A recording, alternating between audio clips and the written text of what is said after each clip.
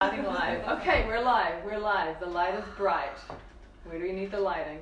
Welcome everyone to the launch of my new book, Sex, Drugs, and Mostly Yoga. We have a team of us here tonight, today. I'm taking a breath.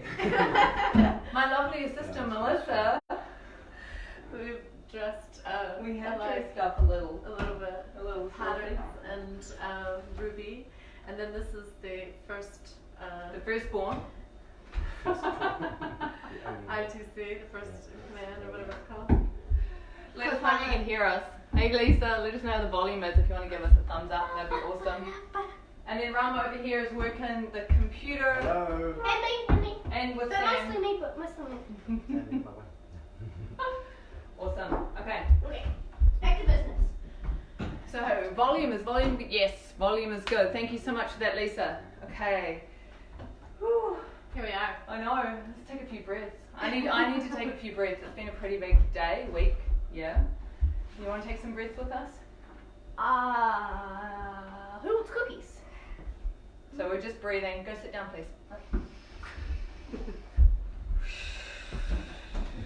This is a big deal, man. It's a huge deal. Yeah. This is most everything up till now. I know. It's like 40, well, it's 43 years of life. 42 years of life in one book. Oh, so here's how this is going to roll. We're going to be live for probably about the next hour or so, and in a moment we're going to draw out 3 print copies of the book to give away to those of you that have signed up for the book launch list. So there's 438 people on that list. So they all have 1 in 3 chances of winning a copy of the book. And then at around 8 o'clock, Dave Thompson is going to come on live and we're going to have a chat about the book. He's my publisher and he's been super supportive of this whole experience. And then hopefully around 8:30, my friend Connie's coming on. And in between all of that, Melissa is going to ask me some questions about the book. And me. Melissa and I have been, are you going to ask me questions as well? And Rama.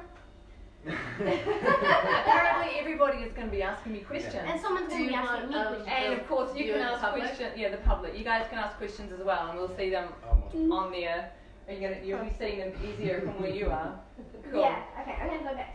Alrighty, so and Melissa is going to be interviewing me because she's known me since 2008. At least. Yeah. I guess we met at my studio in Wellington. So Yeah. 2008, so that's 10 years. It is 10 years.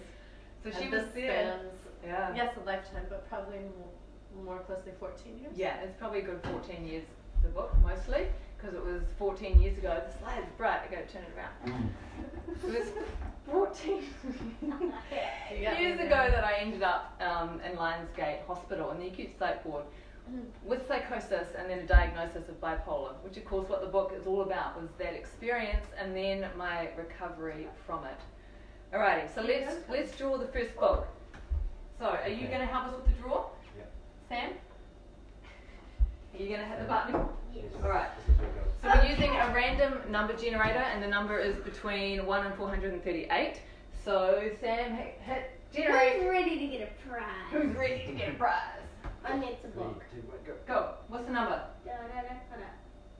425. Alrighty, so person 425, which means you probably only signed up for the book launch list in the last couple of months. So who is? So Rama is now scrolling through. We'll find it. He's going down to find number 425. Hold up, this might take a minute. He doesn't It might take a minute. So the longer exhale. Ah, that's better. That's better lighting. Give me 2 seconds. He's still going. All the way down. 425. 425. Tina, yes, I saw you. Oh, you just bought your copy. Yay! Thank you, Tina. Woohoo! Who got it? You're on the list We too, just Tina. have a one name person. We have a one. Bree. Bree. So that's it. No other name. There's no other name. There's an email, I There's an imagine. email. Is there an email address? Bree? There has to be. Bree, you won. Well, there must be, but there's no. Hopefully I'm pronouncing your name Okay. right. So, all right. So Bree, you have won the first print copy of Sex, Drugs, and Mostly Yoga. Now that will be Cut out the first getting posted out when I get the print copies here in New Zealand, which probably isn't until the end of November. So I will email you though and let you know. So Bree, you are the first winner. I've got issues. Woo! We've got issues. When it, it's alright. We go on to the next one. It's like went into doubles. We're checking our computer zone. Alright. Okay. I'm just going to read the rest of Tina's comment. Yeah. Okay. Cool. I'm nervous. I know. Alright, we're ready to draw person number 2. So we're hitting the number generator, random number generator. What number is it? Going. 13. Number 13! Yay! Alright, so this will be someone who signed up to the book launch list a long time ago because I started it at the end of last year. And if they're number 13, they're one of the first people on the list. So Rama's looking for the name, and the name is, who's the winner? Can't read that. Panica. Panica? With a P? With a P. Yes. Oh wait, there's more. But you go. How do we get that one? Oh my god! Excel spreadsheets, man. Excel spreadsheets. There we You go. never use them. Jackie. They're horrible. You Jackie. can't understand. Jackie Panica. So Jackie Panica, you have won the second print copy of Sex, Drugs and Mostly Yoga. And that'll be sent out to you in a few weeks. This light looks weird on me. It does look weird. You're too close to the light. That's all, child. All right, last person, last draw that we're doing right now. Melissa's gonna ask you questions. Okay, Ready? Random generator again. Here we go. Ready? And go. Thank you. Oh, Okay. okay. 200. Oh, 7. 267. All right, number 267. You are the winner. While Rama finds it, I just want to share what we're drinking tonight because none of us drink alcohol anymore.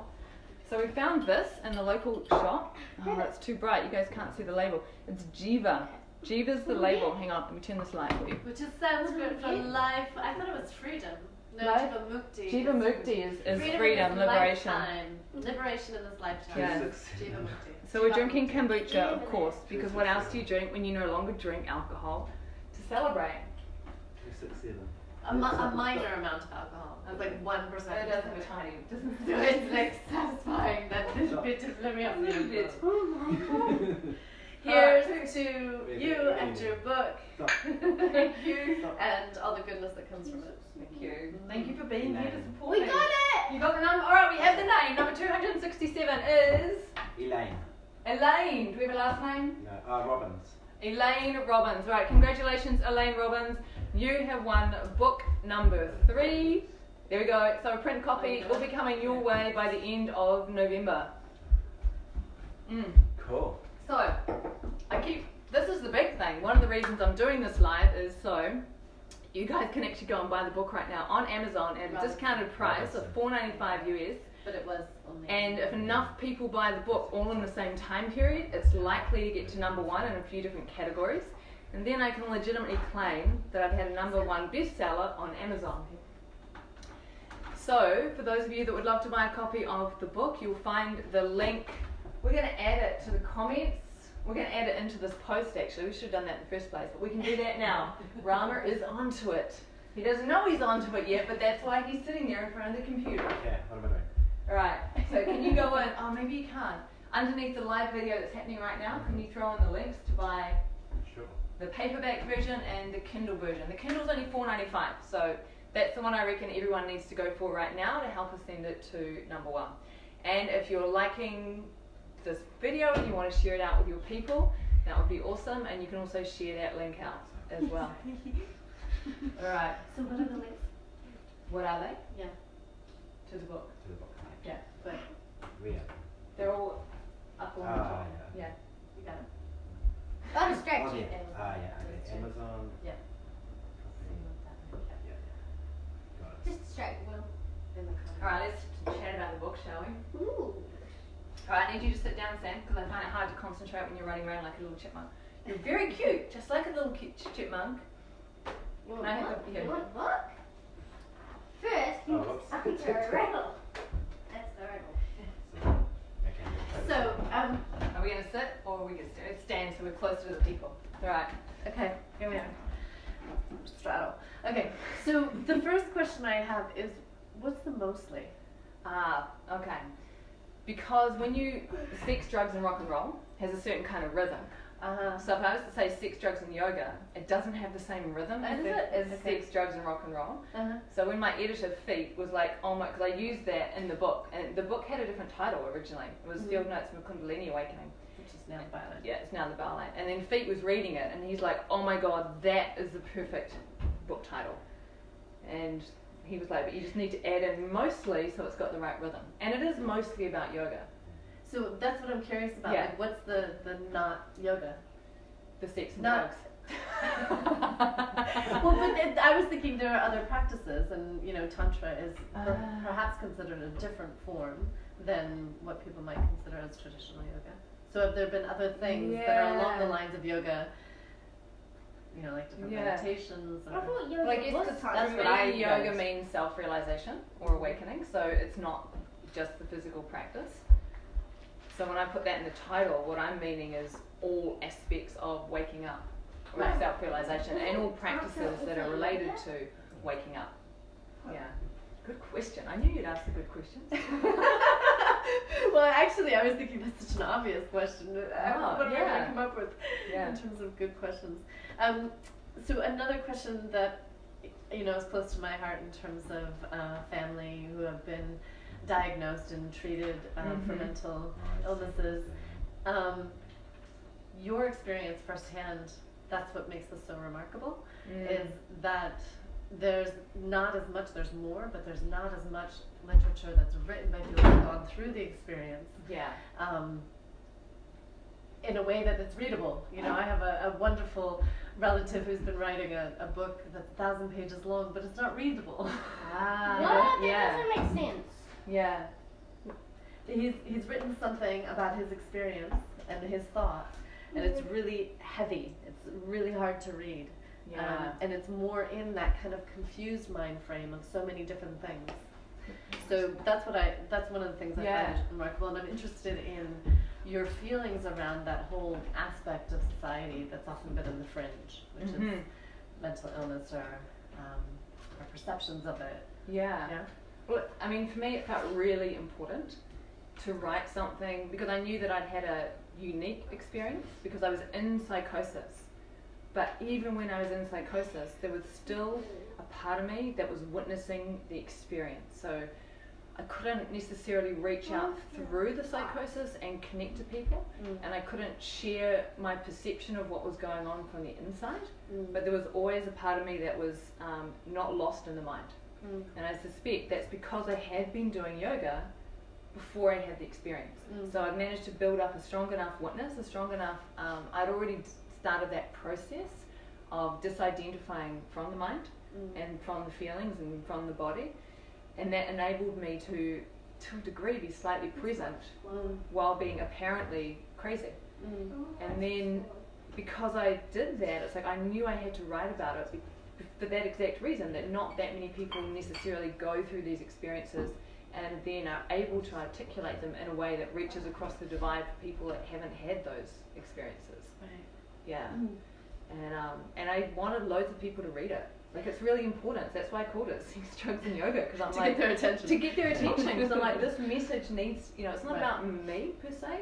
It's that message that how we perceive mental health needs to shift in order for our recovery of these things to shift. Like, the story we tell ourselves about the experience defines the recovery. Right. And there's so many people out there suffering right now that the way I perceive it, it's needless. It's unnecessary suffering because people don't understand. They don't have the context for what's happening to them. And because you don't have the context, then you don't know how to respond. Because you literally, the way you're perceiving it is not helpful. So it's like, switch the perception. Perceive it in a different way. Now you can respond in a different way. And now there's a different trajectory for recovery. Yeah. And I feel like this also ties in to something that's been quite significant on your website, the Yoga Lunchbox, which has just recently been handed over to Exercise New Zealand, right? Yeah. But that your experiences with Kundalini awakening and arousal and experiences has magnetized people to you who feel like they're having because there's from my understanding, not that many resources out there, right? No. I mean, so when people are going through something, they don't know where to turn. No, and that happened to me, right? Like I had a sense when I was going through the psychosis that what I was going through was not simply mental illness. I knew it was something spiritual, and that meant. And then it wasn't until I'd been researching on the internet over the next year or two that I found out about Kundalini awakening, episodes, and started to look at the symptoms. And I'm like, oh my God, it correlates. And then, of course, I'm looking for people who have gone through it and come out the other end. And how do I live with this? How do I work with this? And there wasn't anything. So it was that simple case of like, well, I know what I need, so I'm going to write out what I need and share it with other people who are having similar experiences.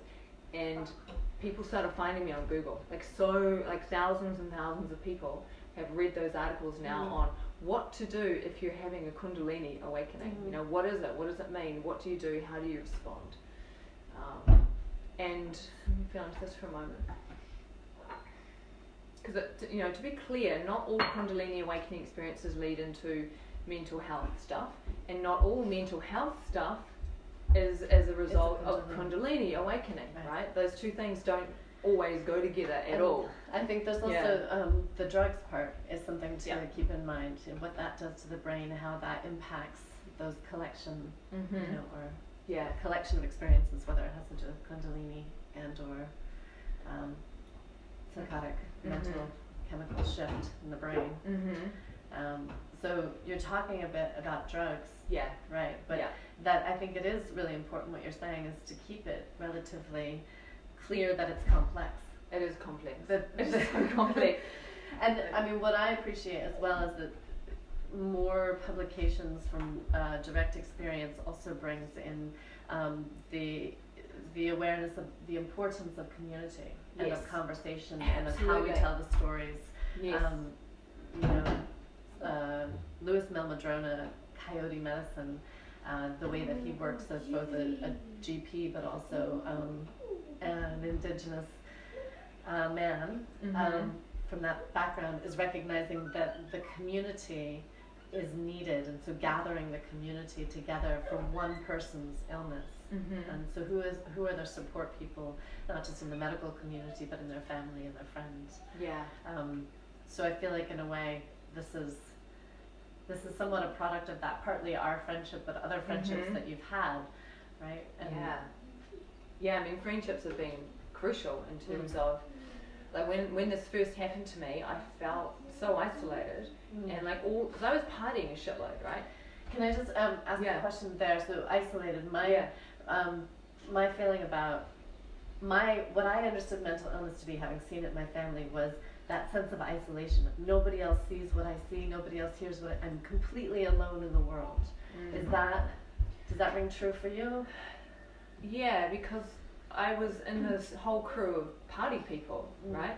And then I had this experience. Not only did I have to leave the country and go back to my home country, but when I got back back to New Zealand, when I got back to New Zealand, the people that I would have connected with and partied with, I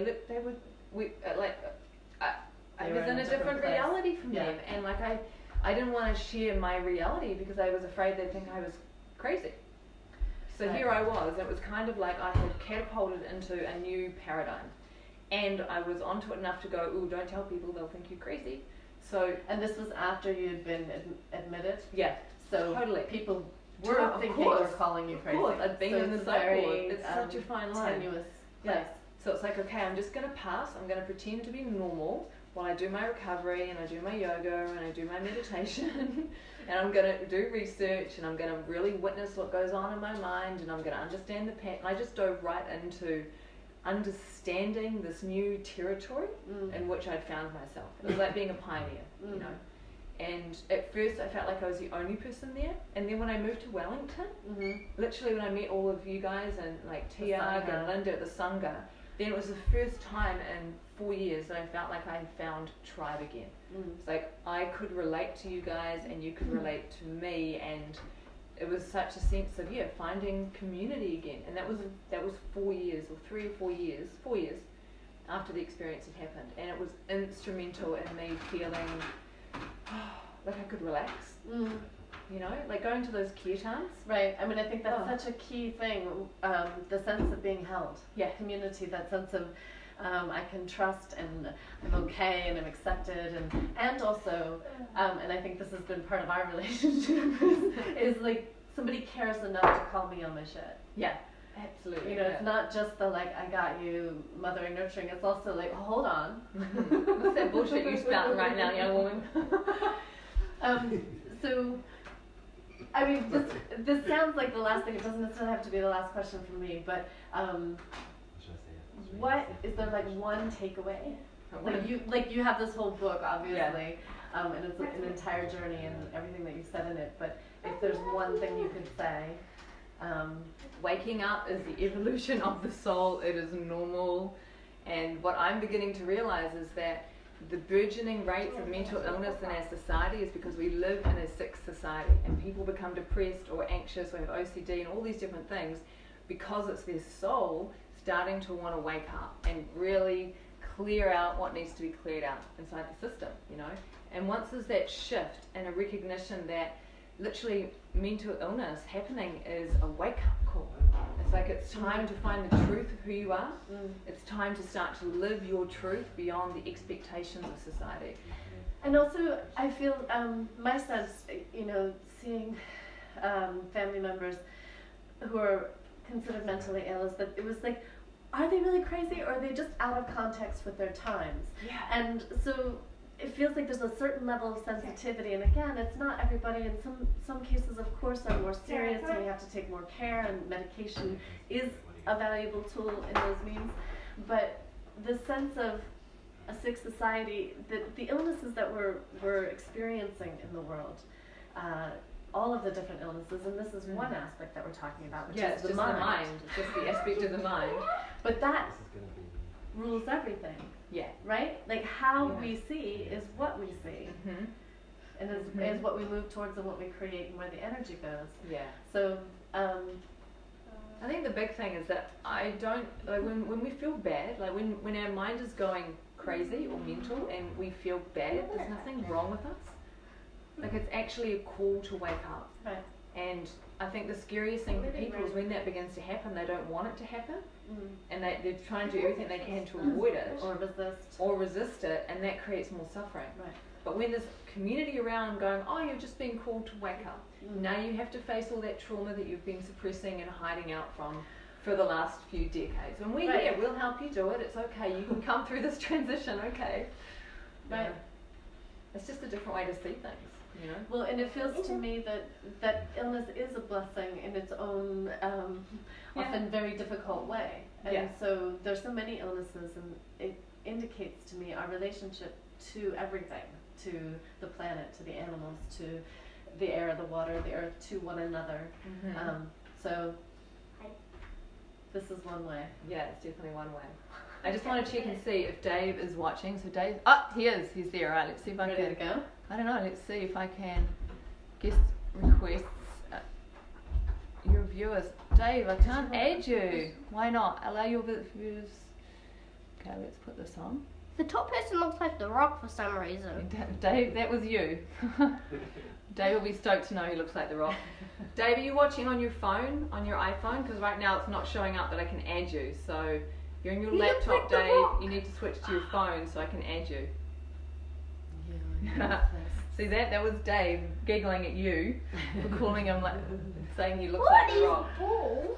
It looks exactly like him. Right, go sit down, Munchkin. No offense. Rama needs your help. Alright, so we're just trying to see if we can get Dave on right now, who has been amazingly supportive publisher. And I'm looking for the little green light to come up on his name, which indicates I can call him on. Otherwise, Dave, put up a comment. What device are you watching on? You're The Rock! He's on an iPhone. Is he? He's on an iPhone. I just sent you a request. Okay, why am I not seeing his request? Let's come in. My viewers, Dave. Sarah Spence is apparently the only person I can add right now. Come on, Facebook, play ball with us. We want to bring Dave on. What does that button do? I don't know. Oh, if you look closely, it doesn't actually look like The Rock. Alright. Sorry. Okay, so we're not sure, Dave. It's not giving you the little green thumbs up that I can add you in for whatever reason. Was he going to like ask you questions? Maybe you could type them in the comments. Yeah. So Dave, It's not as good, but. I'm on an iPhone SE. I saw a green light before. hey, You saw a green light you before. saw a green light before. I keep Maybe going. try turning it off, like turning it off, turning it on again. That function. That function on and off, That, right? That top right. Oh, wait! I saw a green on you then, Dave. Hang on. Yes. Here we go. Woo! Small It says victory. I know, small victories. It says that you're coming on, Dave. Adding, connecting, moving up. There we go. Hello! Modern technology. Yay! Hi guys. Hey! Look, is he the rock? Oh, no, never mind. I love that. I'll take it though. I'm gonna move to this side. I feel like I need a chair. Move out of the way, kid. Alrighty, I need to lean a little. How are you? Dave? All good. Good. Let me see if I can just get a little bit better audio with the earphones. Okay. There we go. Yeah, now I can hear you guys. KL, congratulations. Thank you. It's been How do you feel? Hey? How do you feel? Pretty ungrounded and a little bit out of it. Yeah, it's been a pretty full-on day. Awesome. Yeah. Thank you for having me on. Oh, my pleasure. It's nice to see you. Yeah, I appreciate. Is that your son? Is that your son, Sam? It is. Hey, Sam. Hey. I'll take the rock. I'll take it. I'll just yeah. Can you pass the book, please? When I looked at the So you just finished reading the book this weekend, is that right, Dave? Yes, I'm like 3/4 through. Uh-huh. I'm like right in the last pages right now. Uh-huh. Yeah. Any favourite chapters so far?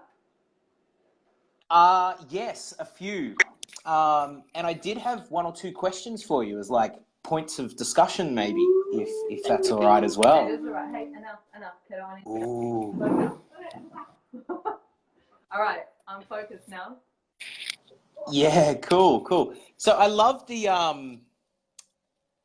first of all, I love how the book's written. It's you've got such a talent and skill in writing, and it was really enjoyable to read. I loved, where's the one? I loved where you said you're a one-man woman. And I was just curious. I had a question about that. Like, because there was the part in the book where someone that you were with said, like, kind of claimed that you were less awake because you wanted to be monogamous. I just wanted to, and because I just wanted to get your take on that, like, from this present moment, because I mean, I've noticed that is sometimes a thing that guys say. I've observed that to be a bit of a thing, and I just want to get your current take on it, I guess. Yeah, I mean, you know, the kind of circles that we both move in. There's a lot of work around conscious sexuality, and like, I know a lot of people that choose polyamory as a way to engage. And it's been this theme in my relationships pretty much over my lifetime, where the men that I've been with have often wanted to be with other women as well. And I'm just trying to think about how to say this succinctly. I mean, my take on it now is that it's almost like going beyond the duality of monogamy and polyamory.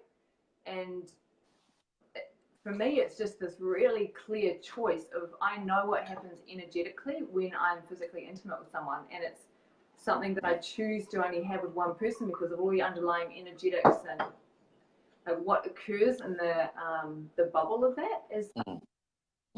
And yeah, so when I was with this one person and they wanted to be with other people, I'm like, well, that's cool then, that we have different desires. And of course, he still wanted to be with me, so I guess that was the thing. He was like, and he was seeing it through that conscious sexuality, polyamory lens that sometimes sees monogamy as old-fashioned and conditioned, as a conditioned way to see things.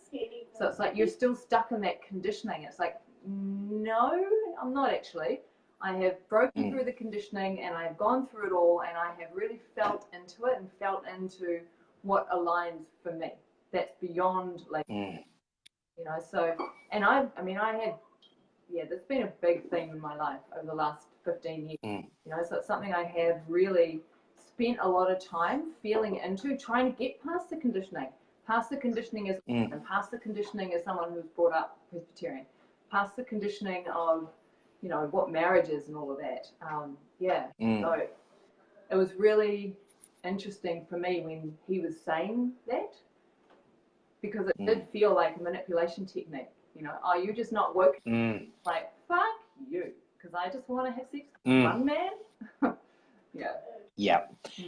And I really admire that about and like the way you communicated that in the book. It was it came across very clearly as like, yeah, that's an option, and this is an option, and I'm choosing it. Yeah. And what I read from that is how okay it is to make that choice.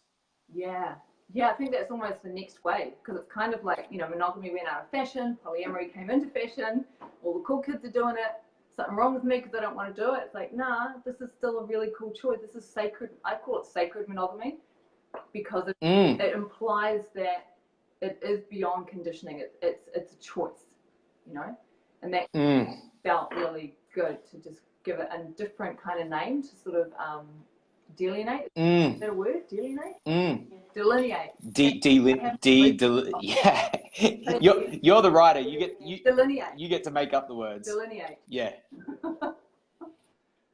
Yeah. Could you maybe like sacred monogamy? Could you maybe just share a couple of other thoughts about what you see that as being, or how that's different to? Is that okay? Sorry, I know. I've come on and I'm just like, this point, tell me about this. No, I love talking about all things sex and relationships. I just wrote the book, you know. Yeah, so monogamy old style does often mean that we deny our attraction to other people. You see? And so the way that I perceive sacred monogamy is because it's on a foundation of unconditional love and radical honesty or truth, then other attractions are acknowledged for a start. And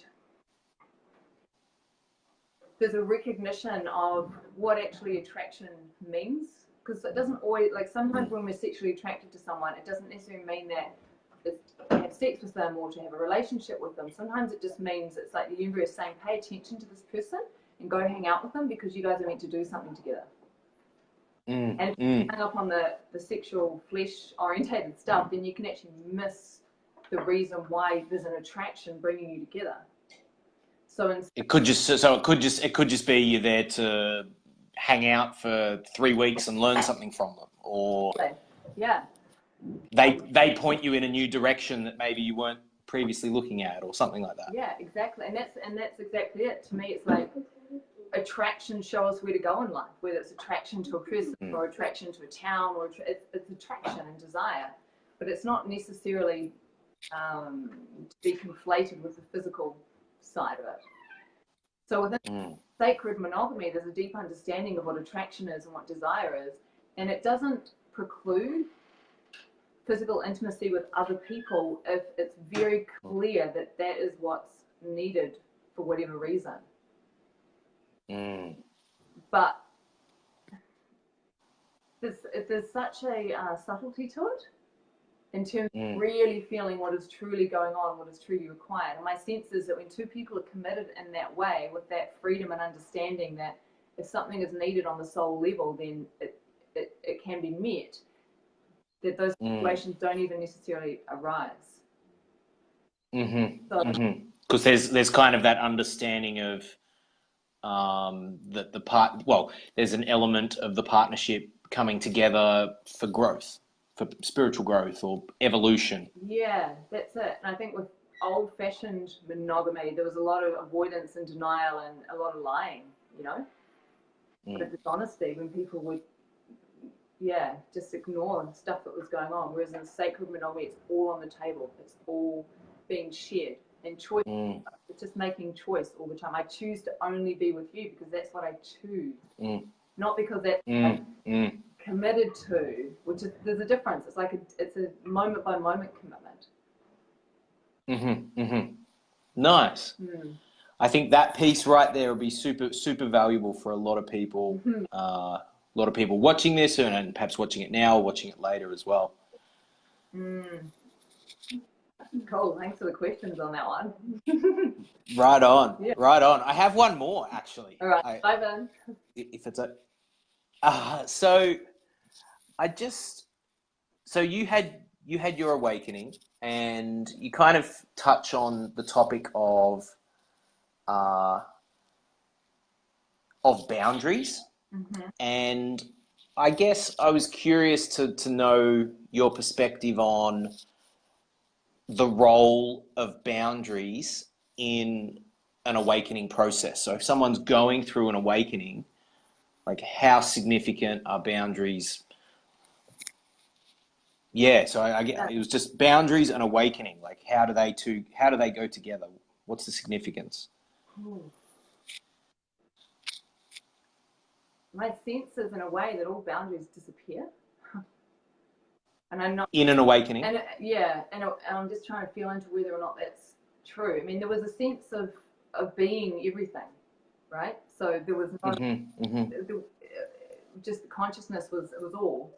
So boundaries were really difficult to grasp, and what that meant on a practical level is that it felt like a constant assault sometimes in terms of sound and smells and colors. And all of these things were so much sharper and stronger and more full on. And so were emotions, and not just my emotion, but everything, everything, everyone else's stuff as well. It's like all the filters that normally run on our perceptual ability. So if we were actually to have everything coming in, all the data, all the information, it would overwhelm our system. And so what happens in awakening is that those filters are kind of turned down or turned off, so that things do start coming through way faster and way more intense. And so in a way, you could equate those filters with boundaries. And is it like, do the boundaries or do the filters kind of, like as you come out of the awakening, do the boundaries kind of firm up again, or what was your experience? Both yes and no. So the way that I came out of the full sort of bloom of awakening was because I was taking a psych ward and they sedated me. And so I literally woke up in a psych ward feeling, I wasn't in that awakened state anymore. I was in a, what the fuck am I doing? I'm in a psych ward wearing orange pajamas kind of state. However, my senses were still on hyperdrive. Like it was, and that continued for forever, really. Like that's what it still feels like, but it's not as intense. Like it used to be going to the supermarket was so freaking hard. It was so hard to go to the supermarket because again, it was like an assault. But I guess as I've recovered, my internal boundaries have recovered, repaired, restored.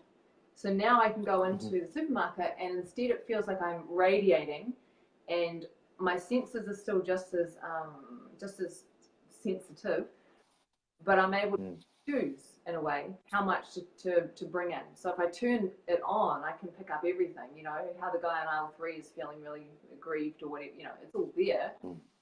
But I don't necessarily have it on all the time because it wouldn't be conducive to, to an easy life. I imagine that would be a relieving message for people to hear if they're going through awakening and be relieved to hear that, like you said in the book, the sun will shine soon. I'm misquoting that, but I just heard that over and over again, that the sun will shine again in your life. That was it.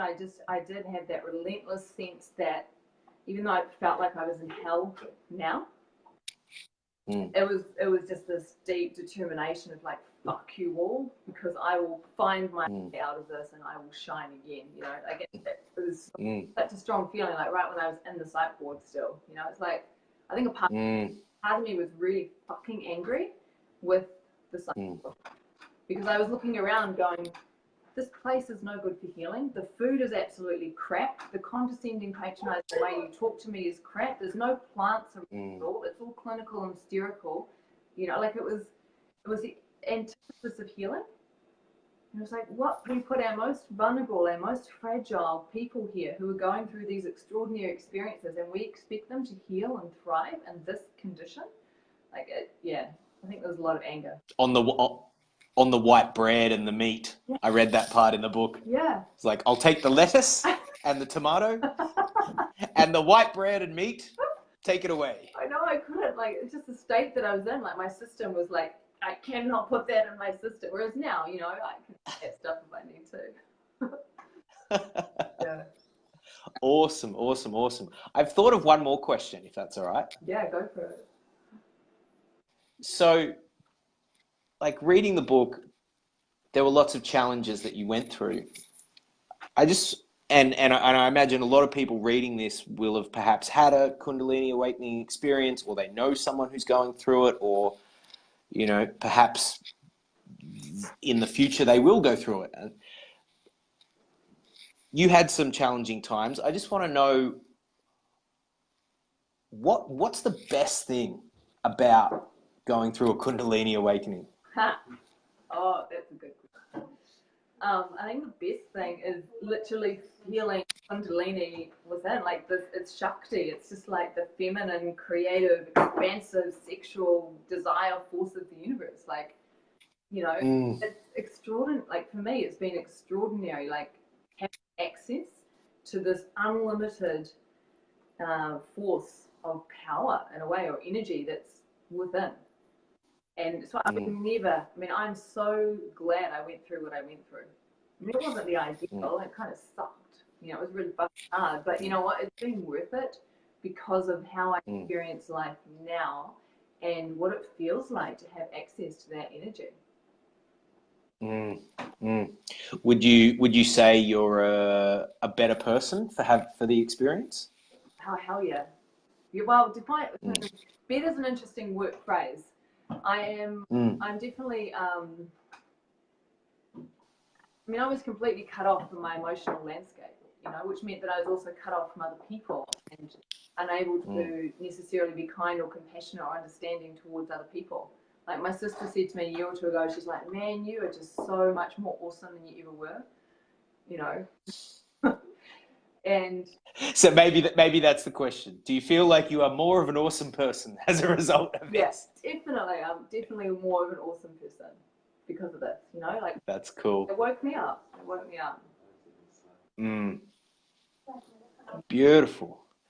Well, KL, I mean, we've been on this publishing journey for a little while now, and it's been an absolute pleasure. And I just, from the first time I read parts of your book, I was like, oh, this is a super special one. So from my side, I just really want to thank you for the journey that you've been on, for making the choices that you did, because at each time it would have been easy to perhaps take the easy route or not keep going, not keep making the choice to move closer to love. And even in the writing of it, like, I bet there's stacks of people that go through a Kundalini awakening and don't share the experience of it. And the fact that you did is super brave. And yeah, I'm really glad that you have, and that you've brought this to the world. And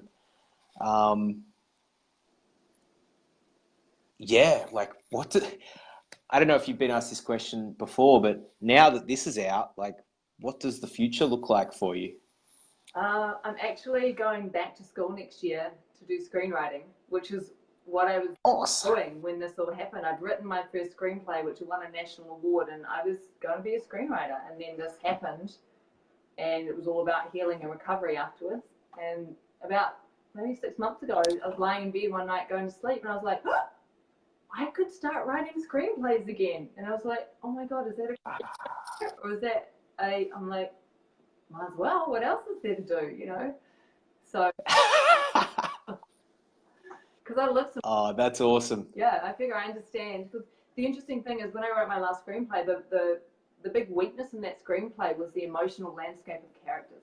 Everything else is amazing. The plot, the way it all came together, my visual descriptions, my dialogue, but the emotional heart of each character wasn't really there because I had no emotional heart yet. So now, it's like now I understand the psyche and I understand the heart and I understand emotions. So I feel like now I can write the kind of screenplays that I could never have written back then. That's awesome. Oh, that's great. That's one of those just like hallelujah moments. Yeah, totally. Oh, so good. I could ask you questions all night. I don't know how much time we've got here together. On this launch. What's your program over there? So I'm looking for Connie, who's going to be on next. I don't know if she's watching. I don't know if you can see Rama. I have to stand up as well. My legs are getting sore from. Oh, you fixing up? I have my dresser as well. My work. That's my dresser. And me. Very nice. It's the team. Hey Sam. Is there no Connie yet? Yeah, if you want to ask me another question, we'll wait for Connie to rock up. Yeah, cool. Let's just rock it. Let's rock out until she arrives and so many things. All right, ask away. I'm just going to reorientate so I can look at the colours. Hold up, Mum, it might tip. Yeah. Okay. What so there's a lot of things that people could pull from this book that could a lot of things they could take from it. What are you hoping that people might draw from the book, like in terms of inspiration or messages or kind of direction? What are you hoping they will receive from this? My biggest desire is that people will see mental health in a different way. That they'll really recognize that there's nothing shameful or embarrassing about having experiences of psychosis, depression, anxiety, or OCD, whatever it is. One big thing, right? By speaking out and saying there's nothing shameful about going crazy and ending up in the psych ward. Like, Which, if I could just segue for a second there, I found it so interesting that in the early parts of the book, you're talking about how they're all calling you crazy, and yet your writing is some of the most lucid, like well-articulated, most intellectually, emotionally sound communication. Yeah. And yet it was almost like it was happening in front of you. You had it totally handled. Yeah. Well, but they were just that's what they were playing out. Yeah. I mean, I was in a psychiatrist's office, like when I got to the psych ward and I was in the waiting room and they take me into the office to assess me. And I'm on my hands and knees, right, doing prostrations to the sun god Ra. And I'm aware of this. I'm like, I'm doing these prostrations in all these directions. And this is the thing, right? They saw that as crazy. For sure. But I knew that's their map of the world. That's their map. But I knew that what was actually going on was something different. And I had it confirmed many years later that it was like I was accessing a past life where I had done these kind of things. And so because the veils in the awakening, the veils had become so thin, I was experiencing kind of at times multiple lifetimes in the same moment. So suddenly I'd be doing something from that lifetime, you know. And this is like in the shaman's understanding of the universe, like all time is accessible in any moment, like time doesn't exist, you see. But we stay anchored where we are because we are so strongly identified with our stories and our mind and our memory and our physical form and all of that. But in the awakening process, all of that is broken. And so it's kind of like I had all of this data come online where all of these multiple lifetimes, etc., were able to come through me in a way that made no sense to the outside observer, unless I had been being observed by, say, a shaman or someone like that. And they would have been like, oh, this is what you're going through. It's no big deal. You're just waking up and you just need to do this and do this, you see. And in fact, wasn't there a Swami or someone you met later on who like I think that's the back catchphrase, isn't it? Yeah, so that was Swami. He confirmed that. He was like, yeah, that's what it is. He did. Swami Shantimurti, who was at Ashram Yoga here in New Zealand, he passed earlier on this year, I think, actually. He was the first person that I came across in the yoga world that, he could see me because I was so mired in fear. And when I asked him about psychosis and Kundalini, he was like, yeah, that often happens. And he was like, it happened to, he just looked at me, he's like, it happened to you, didn't it? And I was like, yeah. And I at the time, it blew me away that he could see me. Whereas now, because of the work that I do, I'm like, well, of course he could. It's freaking obvious. It's like I was walking around with a flashing neon sign above me, you know. And that was so validating and so supportive and helpful for him to say, yes, this is what to you. Here's some practices that you can do that will help to stabilize your nervous system and help you to work through some of the stuff that the Kundalini is shifting. So much gratitude for that. Because I think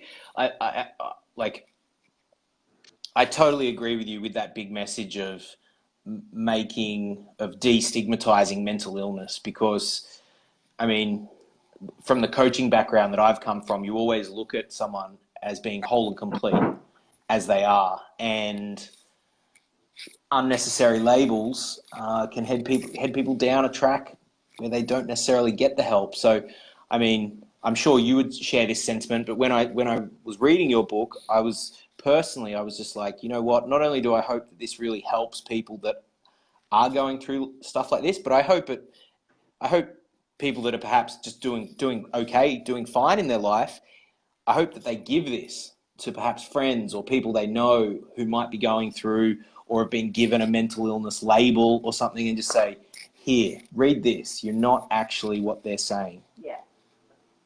Yeah, I think it's so important. I mean, labels put us in a box and say that there's something wrong with us and this is who we are. It's like, the way that I phrased it in the book is like, I was experiencing or exhibiting behaviors which, when collected together, go under the heading of bipolar. It was a selection of behaviors, but that's not who I am. Yeah. And those behaviors were only coming about because my system was under stress and doing the best it could to try and keep me safe within the limitations it had, really. Yeah. And so I was like, I never took on that label, so that, because I knew that once I'd come to a place of healing, that those behaviors would drop away. And so then if the behaviors aren't there, how can I still be that thing that I was meant to be because of the behaviors? So would you say that that's another big message that you hope people take away, is that if you have been given, I think you said, a classification, it's not you, it's just a classification? Yeah, it's just behavior, and all behavior can shift, because it's not, behavior is not who we are at core. Who we are at core is ultimately consciousness.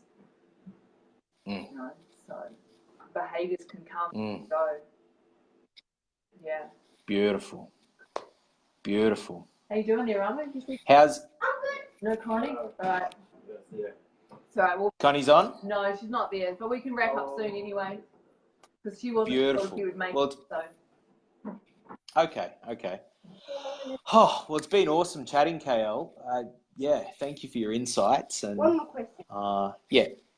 One more. You've got a question, do you, Sam? Have you got a question, Sam? Yes.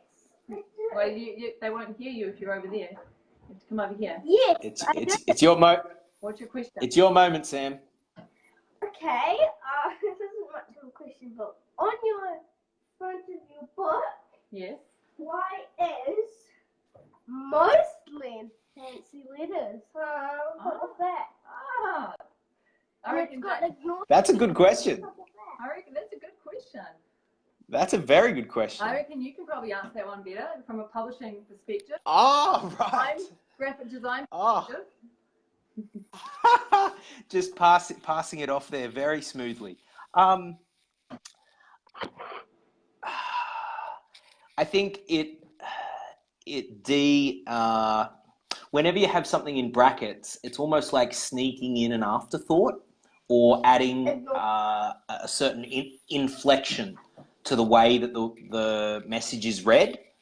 So, you know, I don't know if this was deliberate or not, KL, but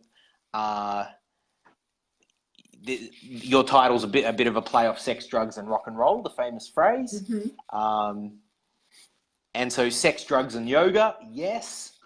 And I feel like sex, drugs, and mostly yoga, the way that the mostly is being presented adds, with the italic, adds a little mystery to it, which I think lines up with Yeah, I get that. the whole Kundalini awakening and the spiritual aspect of the book. So it's an inflection. It's a means of inflection that is intended to add a little mystery, which aligns with what the topic of the book's about. So, is that a good answer to your question? Awesome. is that acceptable to the court? It is. It passes. Go ahead. What's the question, young man? You'll be able to answer this. Okay. Why do you freaking put so many words in it?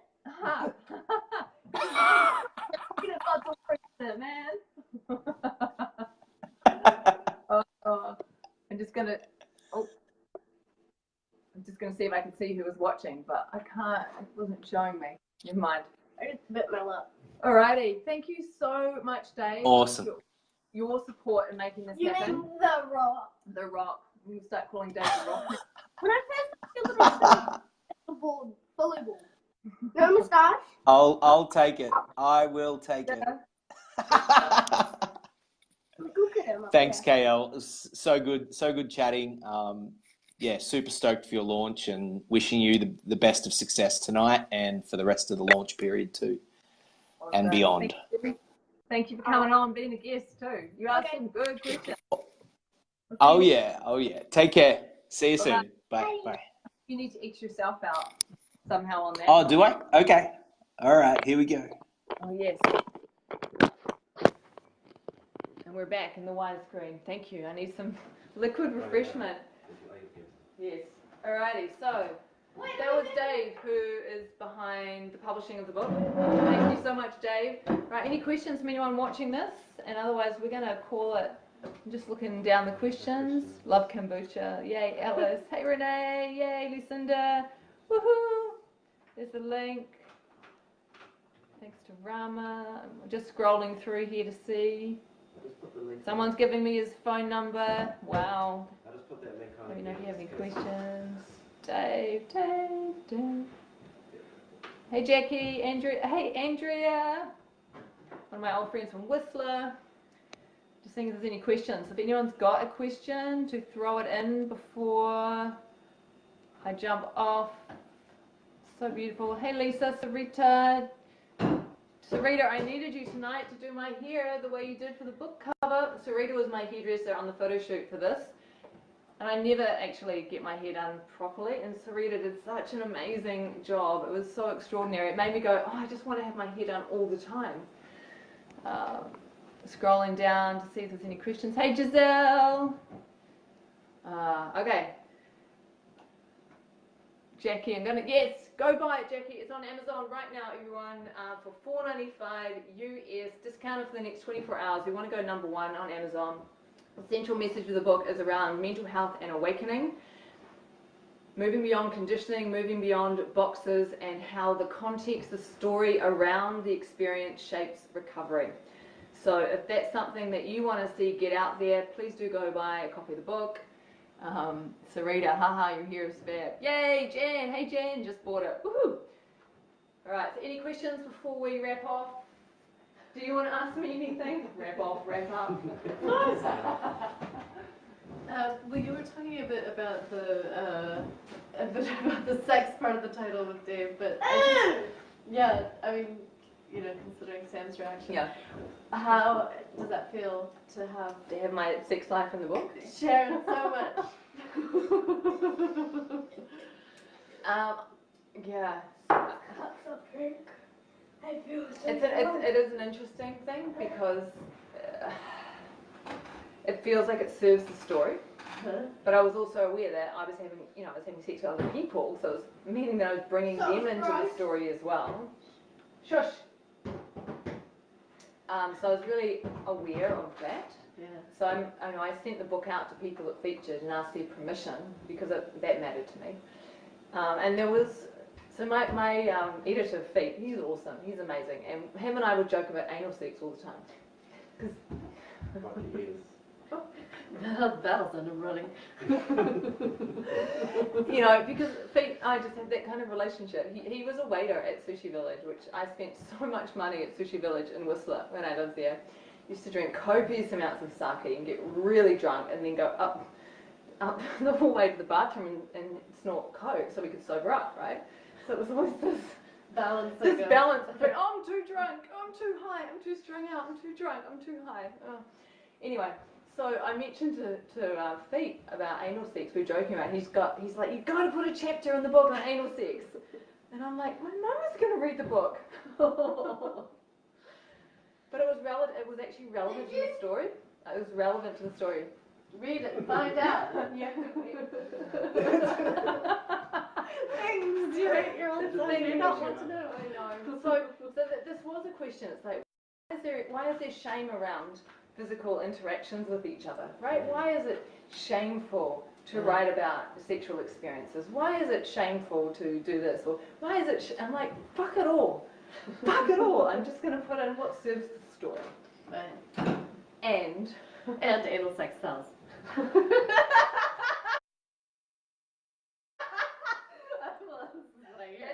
what Feet said. Feet was like, you've got to get the anal sex in there. Everyone will buy it.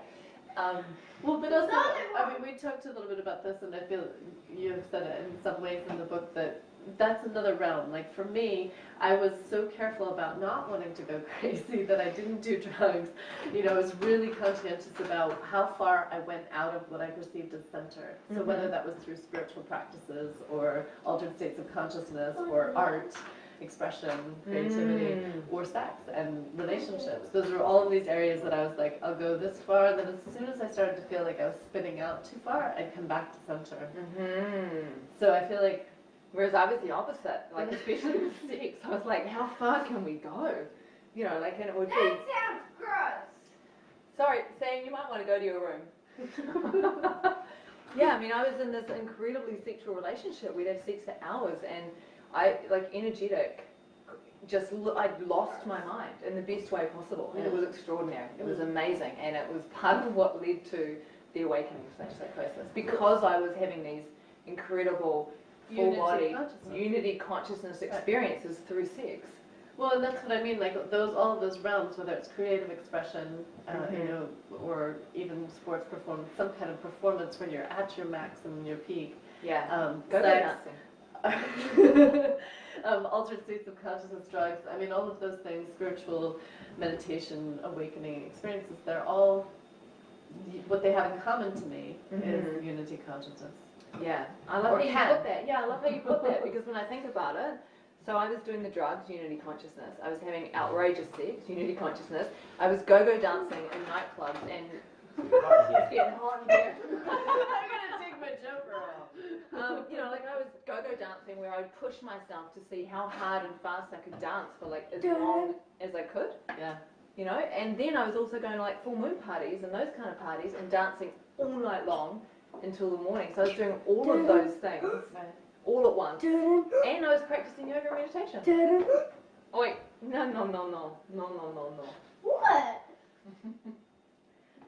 I'm wearing a skull cap on again. I know you are, sweetie. Yeah, so. Batman. Batman. Why am I singing this? This is how we roll somehow in this household. You just have to go with what shows up. But we are going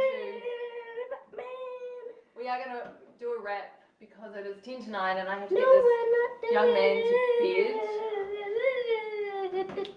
Batman! And then rescue him. Alrighty. Thank you so much everyone for watching. This has been a slightly chaotic and definitely a little bit crazy because, you know, this is the topic of the book, sex, drugs, and mostly yoga. If you have not yet, please go and buy your copy for $4.95 US on Amazon, the Kindle version.